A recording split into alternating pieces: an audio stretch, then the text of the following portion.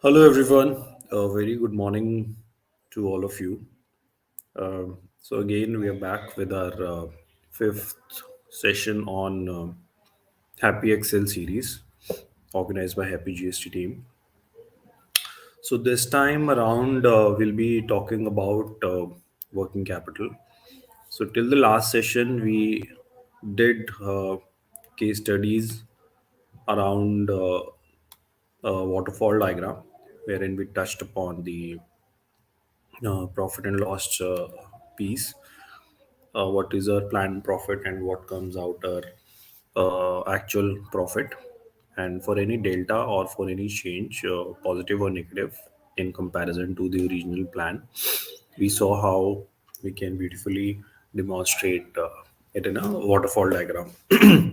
This time around, we'll be starting with working capital aspects, and I'm just going with the flow, the way we do financial. So we started with profit and loss, covered production, sales, and the profit part, and now we are on working capital piece. So we'll be covering all the different aspects of the debtors, inventory, current liabilities, and then how overall working capital can be shown in a graphical form. And we'll cover the speedometer, all those aspects where we typically show working capital. So here, this is a data for let's say debtors, right? This is a data outstanding data as on different month ends. So this is for 7 months, and we'll discuss to show this in a graphical form. So there are two broad categories. One is due, and another no, one is not due, and another one is overdue. And then you can see what are the timelines when it is overdue. 0 to 30 days, which might not excite anyone. And other than that, what are the different categories for overdue? Now, if I have to see how an organization is performing on an overall basis, trend helps me understand that. Like, I have an overdue percentage: 46, 78, 24, 22, 79, 63, and 47. But how do I see in a graphical form? Let's talk about that. So, assuming these numbers are in crores or lakhs, depending on the size of your client, and I select all the relevant uh, data here, all the numbers, and then we insert a graph here. Yeah,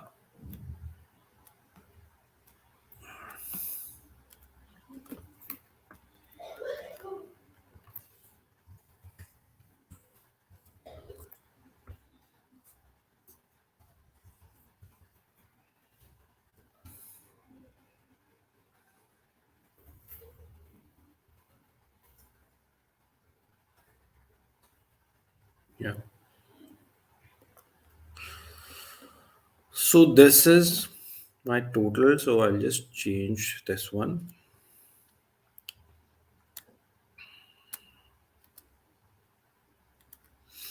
So this is a total line. Other than that, all are my aging brackets or my aging buckets, which are telling me what is lying between 0 to 30 days, 3160, and so on, till greater than 365 days, which basically means over 1 year. We can further bracket over 1 year as well to 1 to 3 years, 3 to 5 years, and so on, depending on our needs and requirements. And not due remains not due.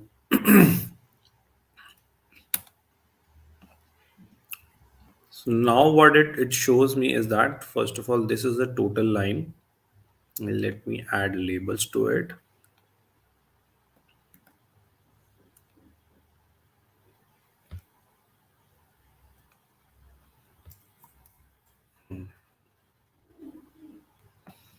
Yeah. So this one shows me the total accounts receivable as on the month ends. right? Now there are different color which demonstrate in terms of what is the what is the due or overdue. So depending on the color, the the width of this color, like here you can see this greater than 365. I should probably make it red.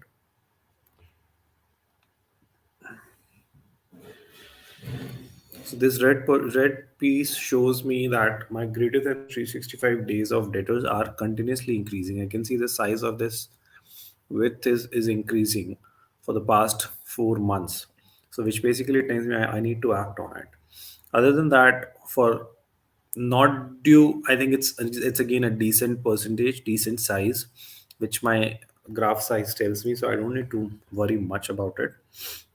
This is still okay, this is still in control, but I think this is something that an organization needs to act on top of it. If I want to add percentage, I can still do it.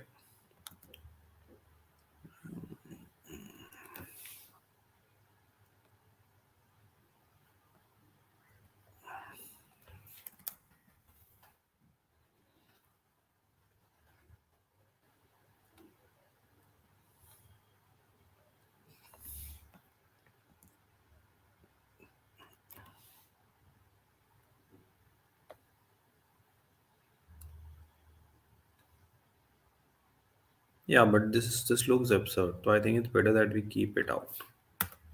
And I think it's better this way only. So yes, and if I want to add values here as well, which if I need to, I can add here. But I think on an overall basis, this basic chart. I think it's okay. Here, normally what people do is, or normally what the industry practices, we start from 0 to 15 days, and then the next range is double of the previous one. Let's say this 15 to 45 or 45 to 90. This is already, I'll make it 46 rather. This is 16, 91, 181. Yes. Yeah. So you see now there is a double in the next one. 0 to 15 is 1. 16 to 45 means 30. The gap is 30. And the next range you see 45 to 90. So the gap is double, is around 15, 15 to 30. Yeah, 16 to 45, 45 to 90, 90 to 180. Yeah, so this next number is double. Yeah.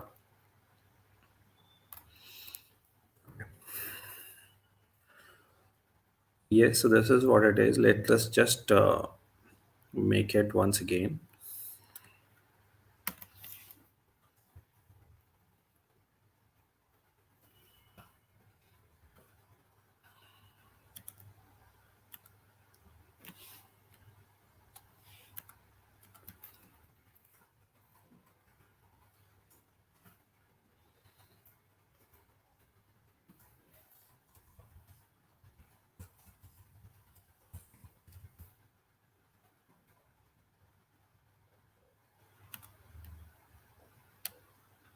Whenever you need to have multiple graph type, you have to move on to combo graph.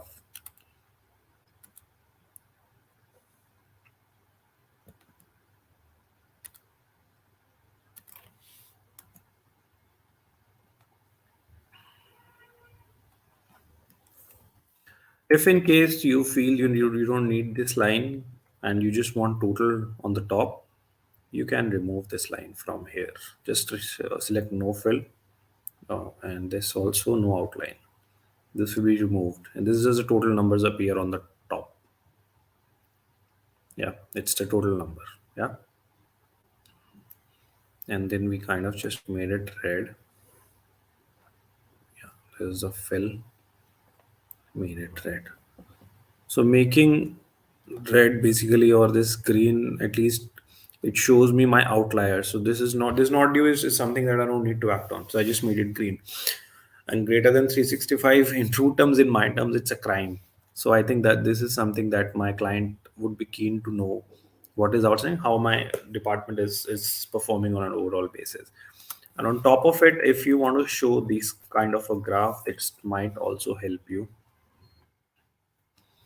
to show an overall percentage.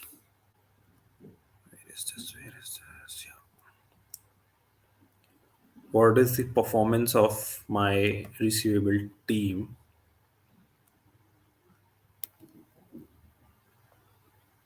So right now it is basically a bit changing every month. In some months they are doing better, in some months they are not.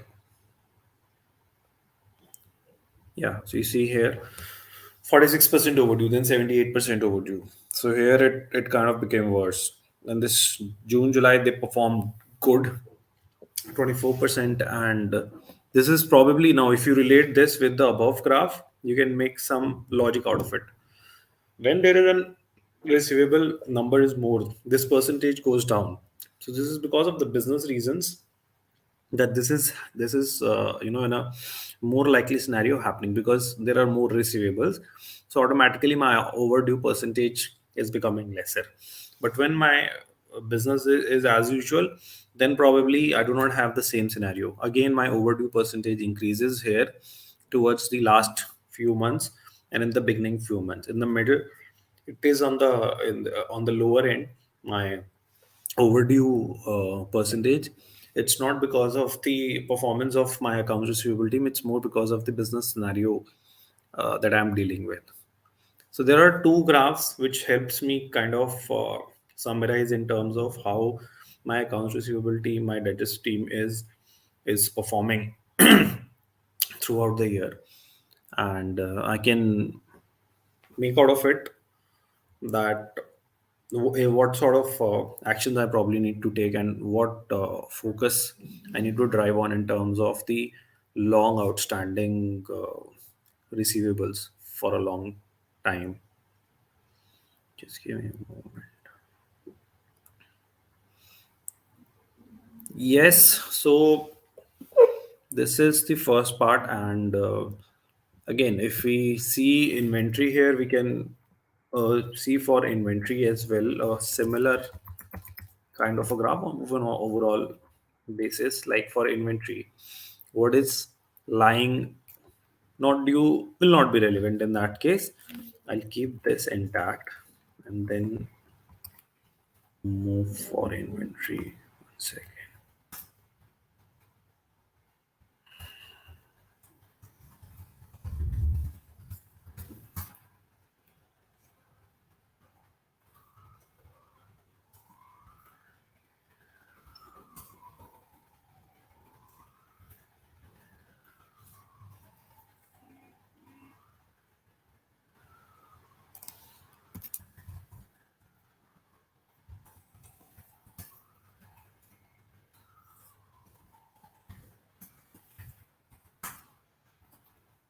Yes.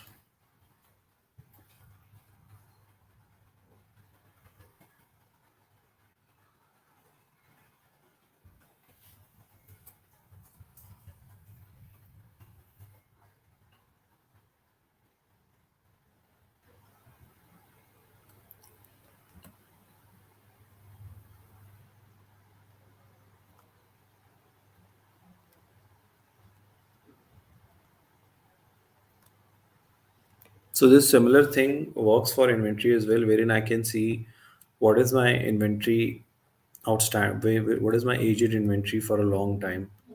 So this is kind of similar graphs which helps me in both the scenario. Other than that, my aging, any sort of aging in current assets, I can use it. This kind of graph will help me.